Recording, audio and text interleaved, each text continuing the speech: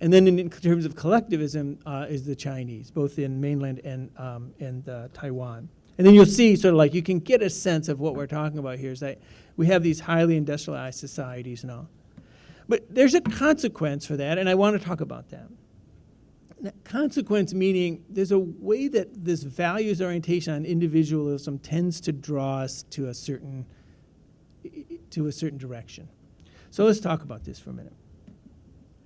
So I'm going to actually turn my mic on. I'm going to step down.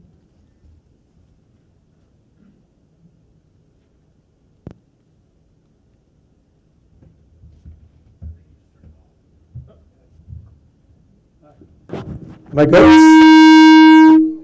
Am I good? That's why I announced it. Sorry. So Sheldon, come here, please. If I could just ask you. Hi, Sheldon. I'm Dr. O. I actually snooped around. I checked your name. And Camille? Is it Camilla? Camilla. How you doing? I'm good. So I have two beautiful people here. And I want to kind of like do an exercise for us to just sort of think about. And there's the good news, bad news for both of them, right? So let me start with Sheldon. So let's just imagine that Sheldon just won the lottery. You know, that multi-million-dollar lottery, right? So now Sheldon says, he says cool, right? But what he's going to tell you is, when I went to play those numbers, there were some hot feelings, man. I was running my hand on that cardinal, and I just picked those numbers, and I said, these are the ones. And you know what? They're in me. I just believed it, right? So Camilla is probably looking at him and saying, you know what? Hey, right. You didn't pick those numbers. It's all luck, right? Is that right, Camilla? It's just luck. How are you going to say you picked those numbers? They're random numbers. Like the chances of doing that are like millions, multi-millions to one. He says he did it. She said, it came from luck. Something's floating around here that somehow dropped on you. So now guess what happened? Camilla, well, let's go back to Sheldon. Sheldon got that ticket, and he raced to whatever, the Michigan whatever. He got a ticket. Got a traffic ticket for speeding. So now, Camilla, why did he get that traffic ticket? He was in a hurry. Because he was in a hurry. He did it. So that bad thing that happened to Sheldon, he did it. Sheldon, what happened? I was in a hurry. Okay. I Okay, and most of the people would say, that was entrapment. They set me up, right? I was just going along. I was going fast, no faster than anybody else, and they just pulled me over like, you know what? You know why they pulled me over, right? That's what Sheldon's going to say. So now here is the difference. A good thing, Sheldon did it himself. A bad thing, somebody else did it. From Camilla's perspective, a good thing, somebody else did it. A bad thing, he did it himself. You see the difference? This is what we call the great attribution error. You can go ahead and sit down. Thank you very much. So I'm going to turn this off. I'm going to go back up on the mic here.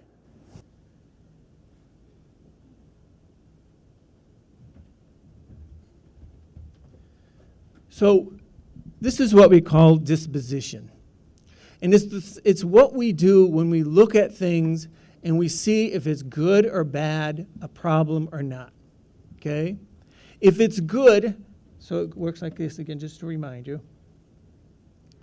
If it's good, to us, we say we're in control. If it's bad, we say it's somebody else. But for somebody else, if it's good, it's not in your control. And if it's bad, that is in your control.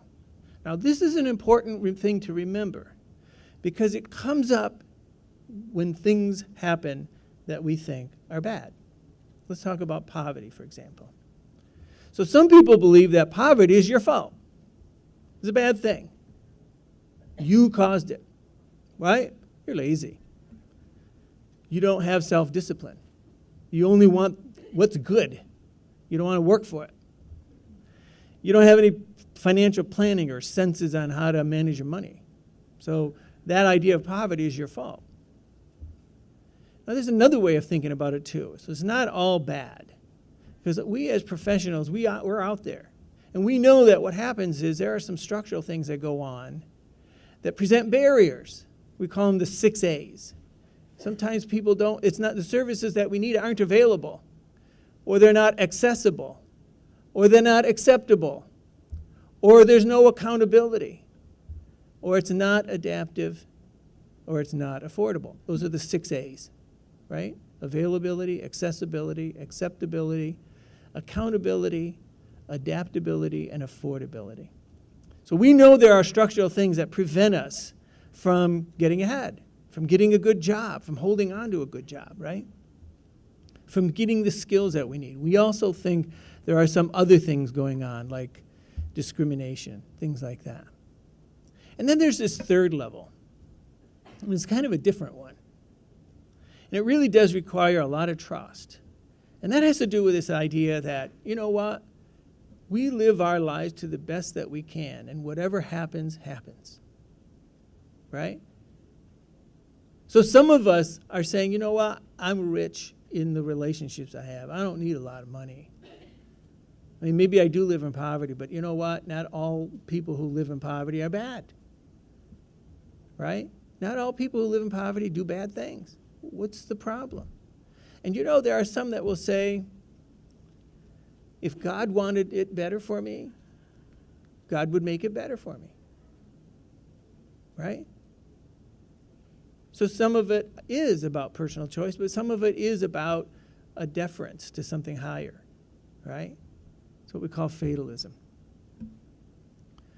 Imagine, if you will,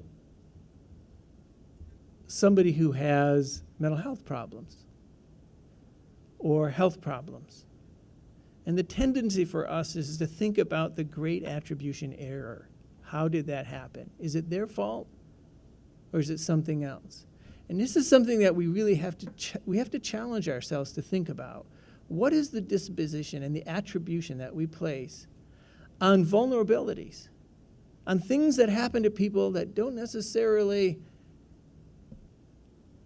mean good things, well-being, and all this other stuff? And because of that, we have to think about what's going on in our minds. It's what we call internal working models.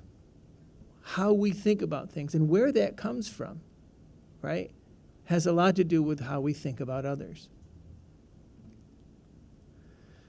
So the things that we need to think about is, and this is an original thing. I go to a lot of talks around the country, you know. I heard one guy say, you know what, in probably about right now, we are at the tipping point where the next person that walks into your house is not going to be like you. It's going to be a very different race or ethnicity or gender or sexual orientation or religion or whatever and all. So be prepared for it. And then he said, oh, and be prepared, if you have children, for that commitment to that relationship. Because you're going to see a lot of interracial, interfaith, you know, there's going to be a lot of things happening to people because of the diversity that now exists in our society. And it's true, if you have children and all, look at their friends. They're very different, right?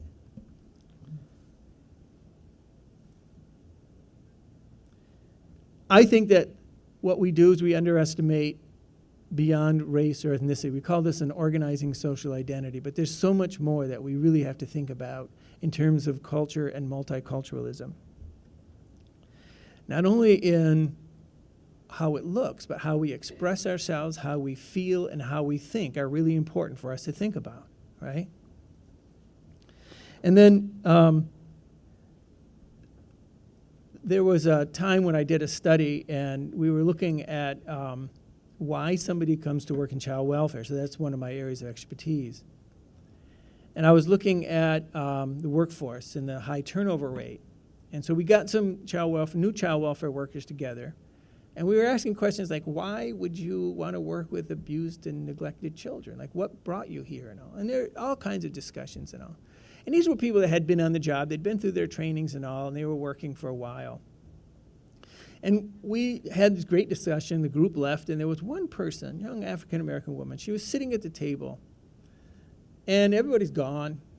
And I went and sat with her. I said, so how you doing? And she said, because I always worry about what, these discussions do. It's not an easy discussion, especially for the things that we see.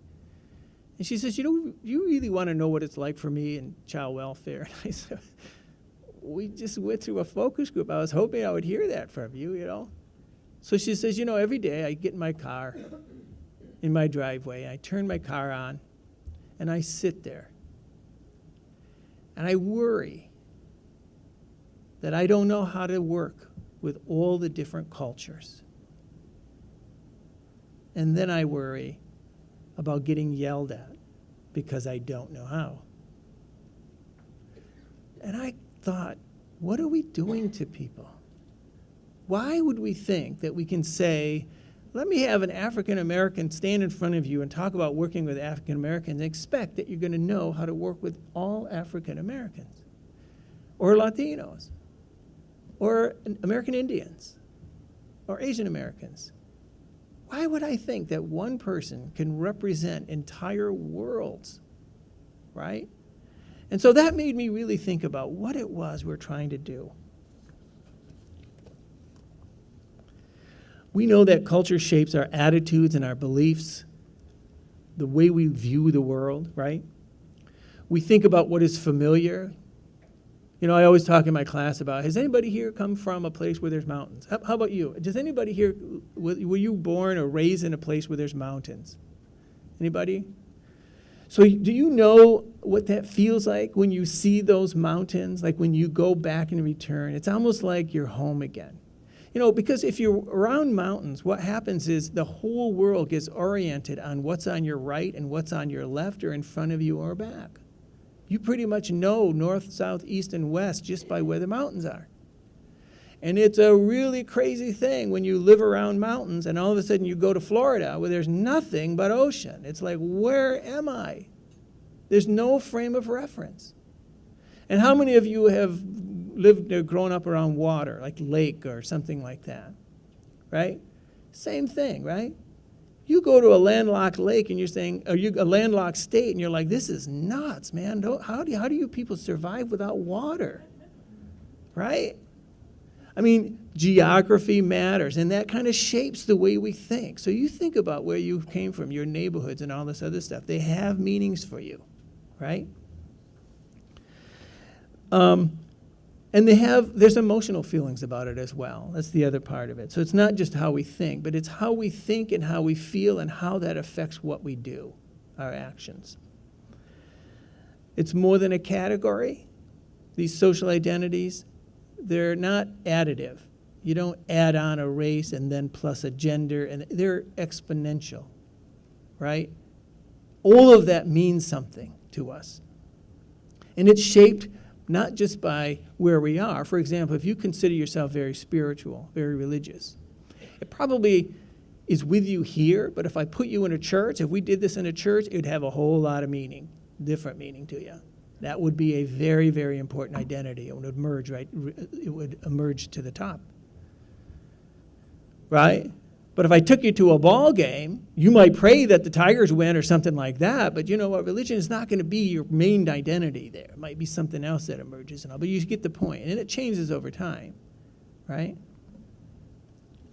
But it also shapes the way we cope, and it shapes the way we develop adaptations to our different environments. But then, as I said earlier, culture matters because it is in the failure to engage diversity and cultural differences that lead to service inequities and inequalities. And we see it in health and mental health, in education, in the way juveniles are prosecuted and managed in the courts, and in the adult criminal justice system. And we see what difference it makes to be of a different